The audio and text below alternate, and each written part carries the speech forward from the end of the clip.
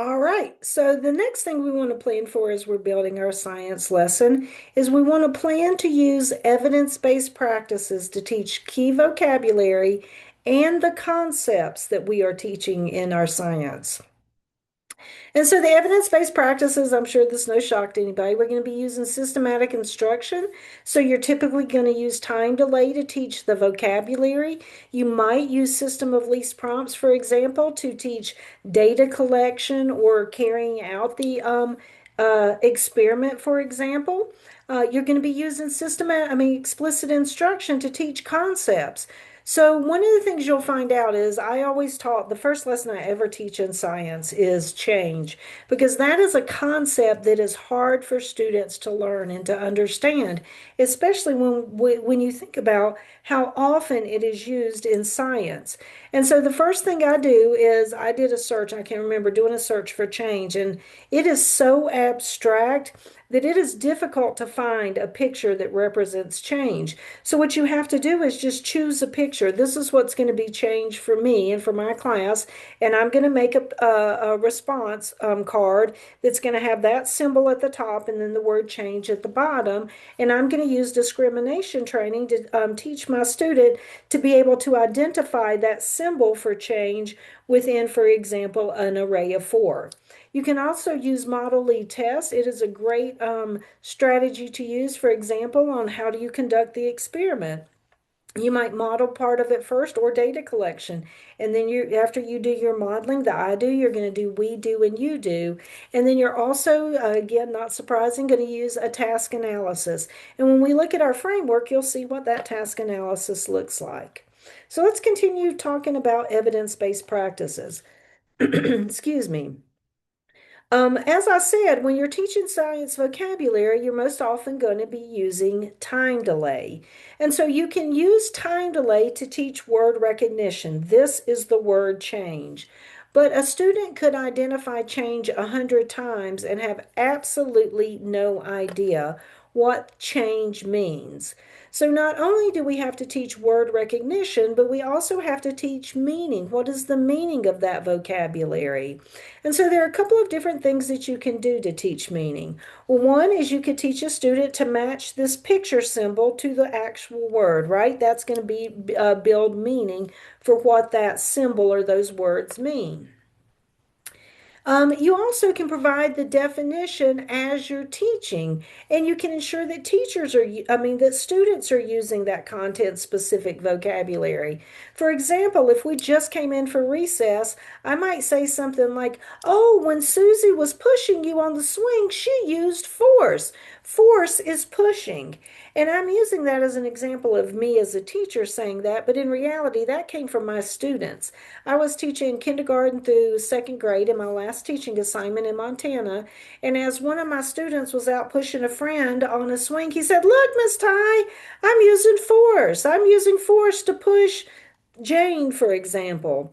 And so you want to make sure that not only when you're teaching, you're using embedding those definitions along with the word, but you want to get students using them and support them in using it. Instead of telling a student that, I could be at recess and say, "Oh, look at you! You're pushing Jane on the swing. What are you doing? If you're pushing, you are using," and then have the student say force. That is going to teach the meaning, and it's going to teach it in an authentic setting, right? Authentic context.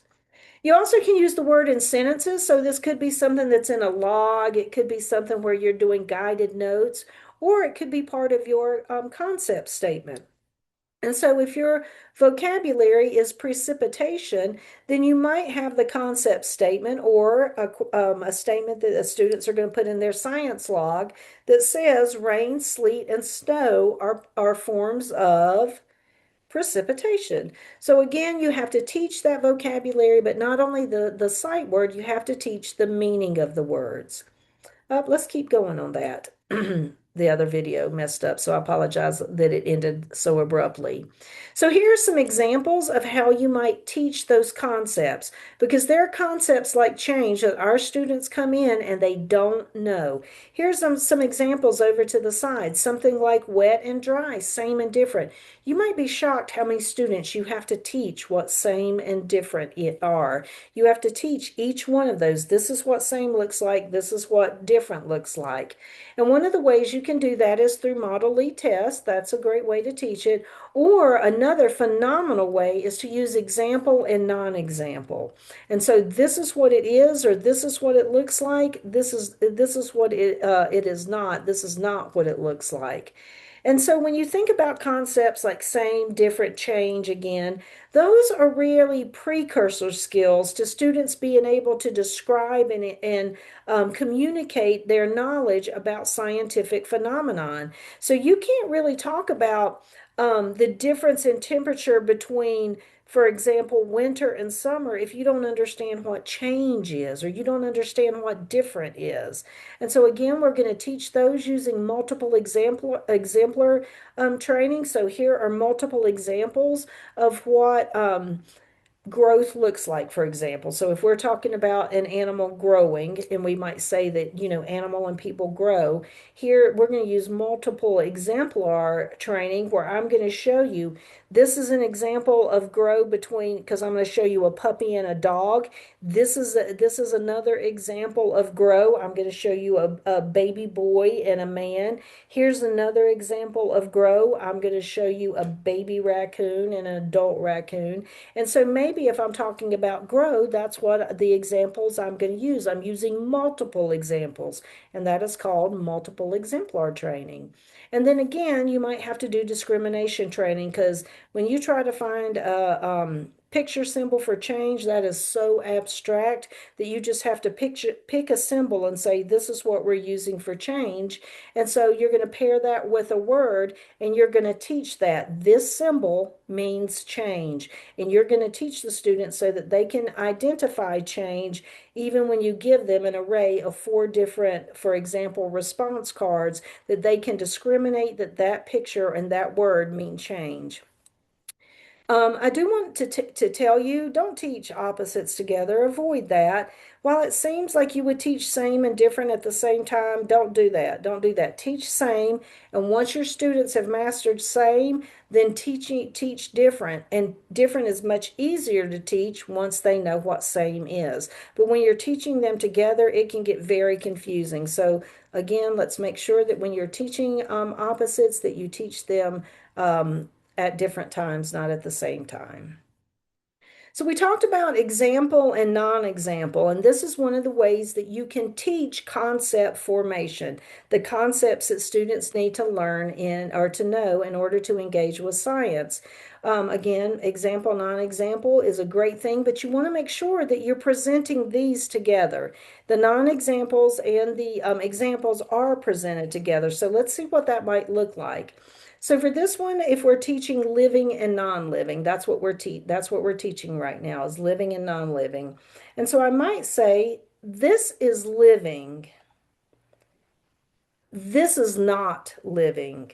So notice I said this is living, and I said this is not living. So this is an example. This is not an example. This is an example of living. This is not an example of living. Now, what I hope you notice is I didn't say this is non-living, because that is not example, non-example. That is saying these are two things that are different, but I want you to understand that this is an example of living and this is not an example of living. So this is living, this is not living. This is an island, this is not an island. So again, example, non-example. So when you're doing that concept formation, when they're first learning what living is and what not living is, you want to make sure that when they correctly identify something, no surprise, you're going to reinforce that. And if they make an error, you're going to engage in error correction. And so that might look like if I said touch living and then the student or touched the puppy, I would say, "You're right. The dog is living." And so I'm reinforcing that. I am reinforcing the fact that yes, you were correct, but not only am I reinforcing that you're correct, I'm reinforcing that that dog is living. However, if you were to then identify the incorrect representation of living, I would come back and I would point to dog and I would say, the dog is living. And then I would do the retest. Which one is living? Yes, the dog is living.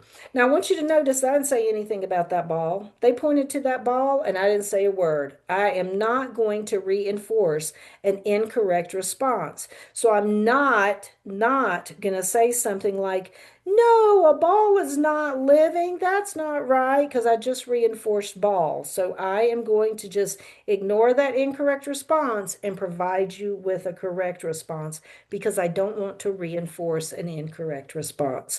So again, this is a way, example, non-example, that you can build that concept formation that is needed to understand the concept that you're teaching within your science lesson. So another way that you can do it is that you can keep relevant features consistent. Listen to that. Keep relevant features consistent and then vary irrelevant features. So what does that mean? And so I'm going to tell you, you need to know this. You need to know this. That might be a hint. You need to know this. So here is an example of an island. So this is an island. This is an island, and this is an island. So what you notice is I kept the relevant features the same. What are the relevant features? The relevant features is that there is land that is surrounded by water. So this is relevant. This is a land that is surrounded on all sides by water. This is land that is surrounded on all sides by water. The same with this one. But what I did do was I varied the irrelevant features. So does it matter if the island has like mountains and vegetation on it? No. Does it matter if it just has vegetation on it? No. Does it matter if the vegetation is tall or the vegetation is low? No. Those are irrelevant features. The only relevant feature to the island is that it is a piece of land that is surrounded on all sides by water. So I made sure that for that concept formation, I kept all of that the same. So, here is another example. So we want to make sure that when you're teaching concepts, that even things like the shape and the colors, that we make sure that we're paying close attention to that because those can, when you're teaching abstract concepts, something like a cell, like that's abstract. Our students can have a difficult time understanding what a cell is, especially when we are showing a representation like this, where we have a graphic that we're showing, right? It might be a little bit different if they were looking in through a microscope, but even at that, that's going to be abstract. So when we are teaching it, we need to make sure that we are looking at things like shape and color, because look at this.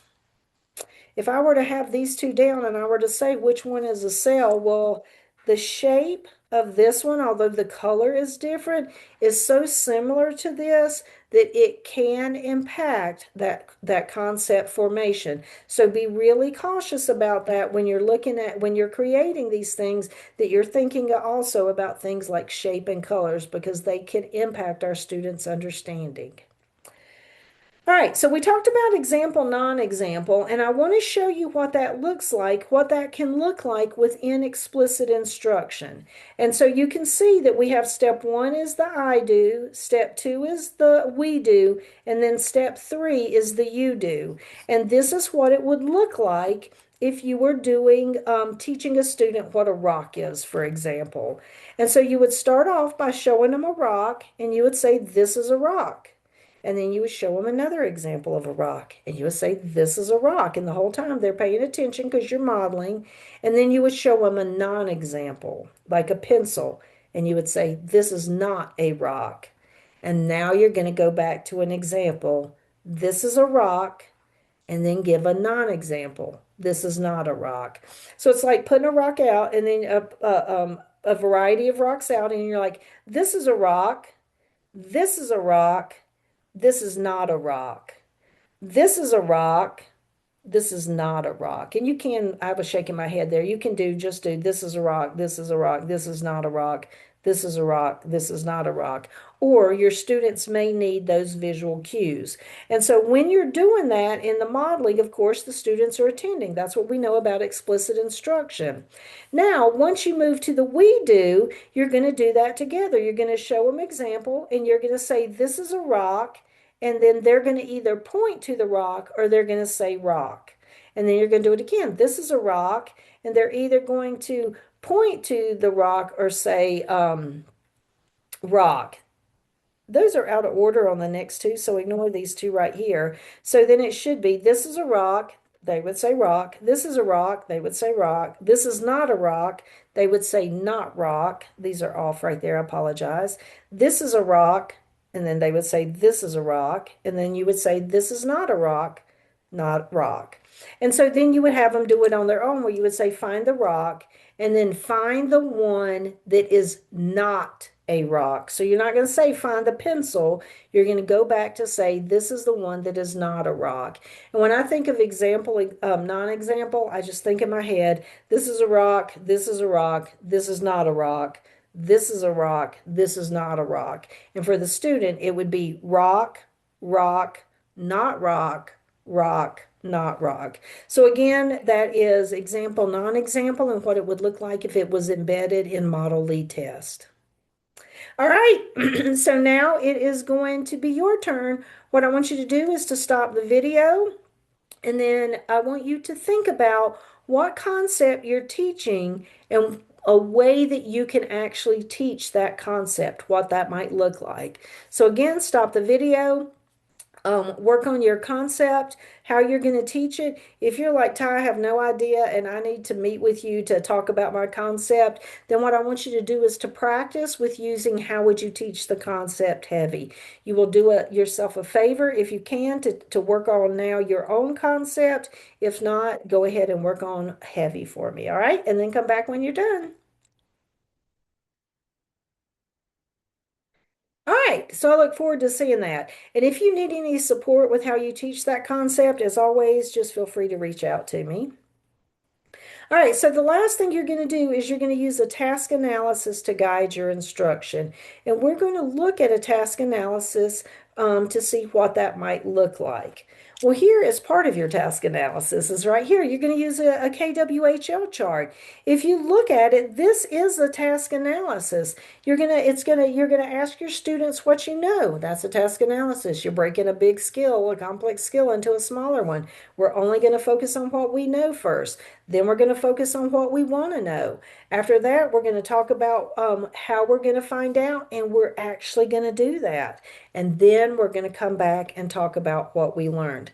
So this in and of itself can serve as a task analysis, making sure that you do that prediction in the beginning. So you would do, what do we know? What do we want to know? How we're going to find out? And you're going to do a prediction right there when you're working on, like, what do you predict? Do you think it's going to be hotter in the winter or colder in the winter or colder in the summer, for example?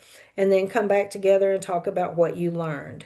In our PowerPoint, here are some resources that you might want to use to help support you with building those concepts. And so we have things like Brain Pop, Bill Nye, the Science Guy, Discovery Education. And then if you're working with the little ones, they will love Sid the Science Guy. All right, we're going to stop right there. How are you doing so far in science? I know that one was a lot. I do know that was a lot of information. So I want to make sure that you let me know where you are. I've got it. I'm okay, or I'm completely lost. And make sure that you ask those questions. I will be available before class and after class for office hours if you would like to meet to make sure you're really solid on any of this. All right, I'll see you in the next video.